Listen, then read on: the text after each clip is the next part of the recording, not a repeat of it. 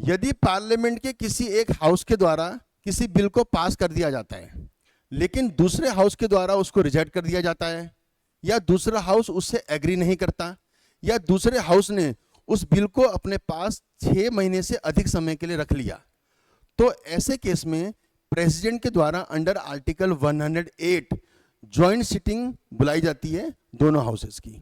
तो आर्टिकल 108 क्या है दोस्तों? Joint sitting of both houses. इसको आप दोस्तों ऐसे भी याद रख सकते हैं, 108 एम्बुलेंस का नंबर होता है। एम्बुलेंस कब बुलाई जाती है? जब दिक्कत आ जाती है। तो इसी प्रकार लोकसभा राज्यसभा में अगर दिक्कत पैदा हो जाए, वो किसी बिल को लेके एग्री ना हो, तो ऐसे केस में आर्टिकल 108 के तहत दोनों हाउसेस की ज्वाइंट सिटिंग को बुलाया जाता है। तो दोस्तों summoned by the president of India, दोनों हाउसेस की जो ज्वाइंट सिटिंग है किसके द्वारा बुलाया जाता है? प्रेसिडेंट के द्वारा बुलाया जाता है। ठीक है। अच्छा, दोनों हाउसेस की जो ज्वाइंट सिटिंग होती है दोस्तों, वो होती है सेंट्रल हॉल पे। क्या होती है? सेंट्रल हॉल में दोनों हाउसेस की ज्वाइंट सिटिंग होती है।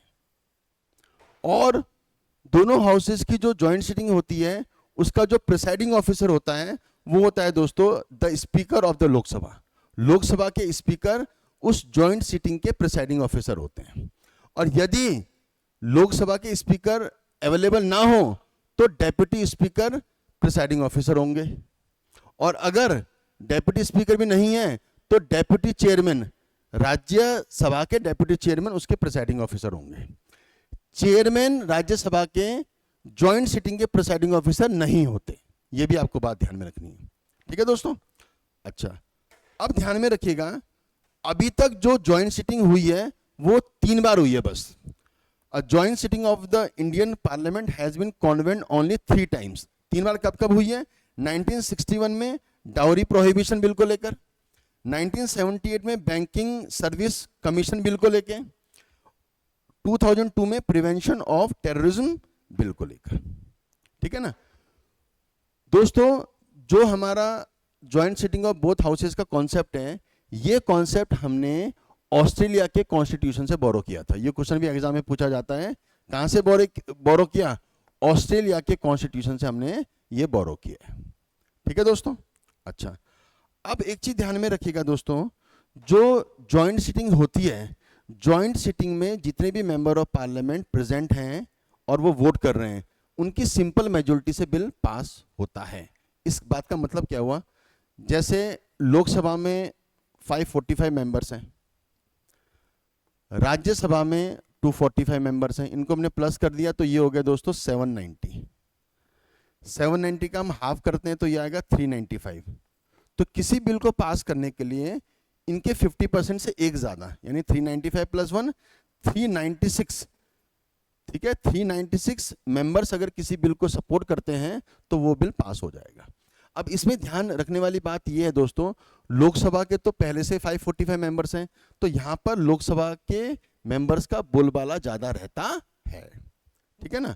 अच्छा, अब इसी के साथ ध्यान रखने वाली बात यह है, जो भी joint session of Indian parliament can not be someone for a money bill.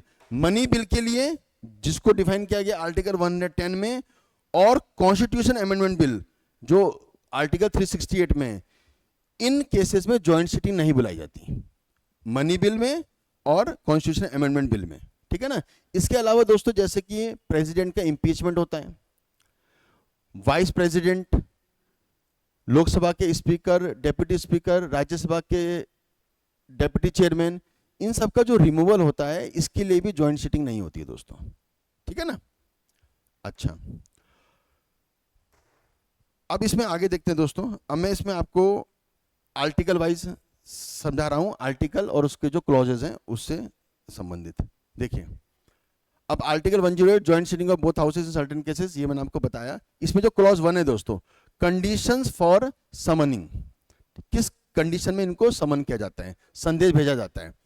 If a bill pass by one house is rejected, ठीक है ना, डिसएग्रीड अपॉन और not passed within 6 months by the other house, दूसरे house के द्वारा pass नहीं किया जाता, the president may summon a joint sitting provided the bill has not lapsed due to the dissolution. This does not apply to money bills. Money bill के लिए apply नहीं होता है। ठीक है ना।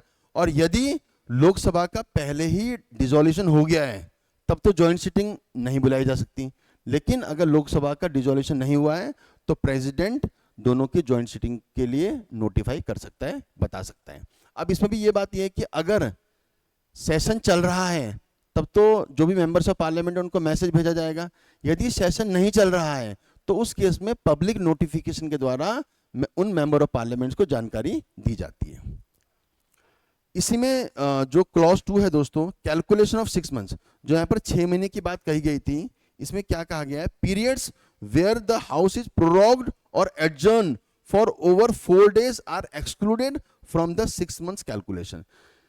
जैसे किसी एक हाउस ने बिल पास कर दिया और दूसरे हाउस के पास यदि वो 6 महीने से अधिक समय तक रहता है तब ज्वाइंट सिटिंग बुलाई जाती है।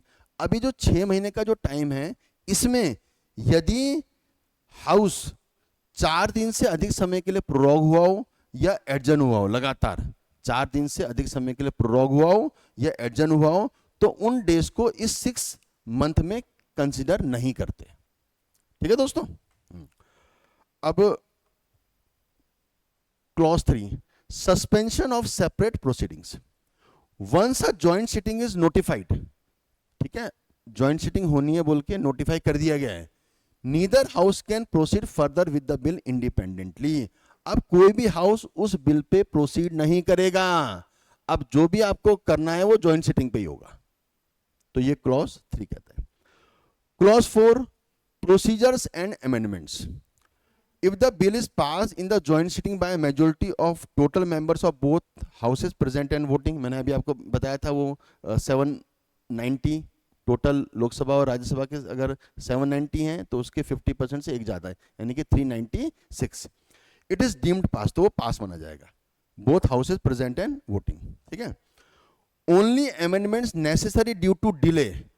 देखिए वो बिल यदि 6 महीने से ज़्यादा किसी दूसरे हाउस के पास है, इस वजह से उसमें डिले होने की वजह से यदि किसी अमेंडमेंट की करने की जरूरत है और relevant to the disagreement are allowed, और किसी वजह से दोनों हाउस अगर डिसएग्री हो रहे हैं तो वो जो भी जिस पॉइंट को लेके डिसएग्री हो रहे हैं उसका अगर हम रिजॉल्व कर देते हैं कुछ अमेंडमेंट के द्वारा, तो वो चीज़ें इसमें एक्सेप्ट की जा सकती हैं उस अमेंडमेंट को।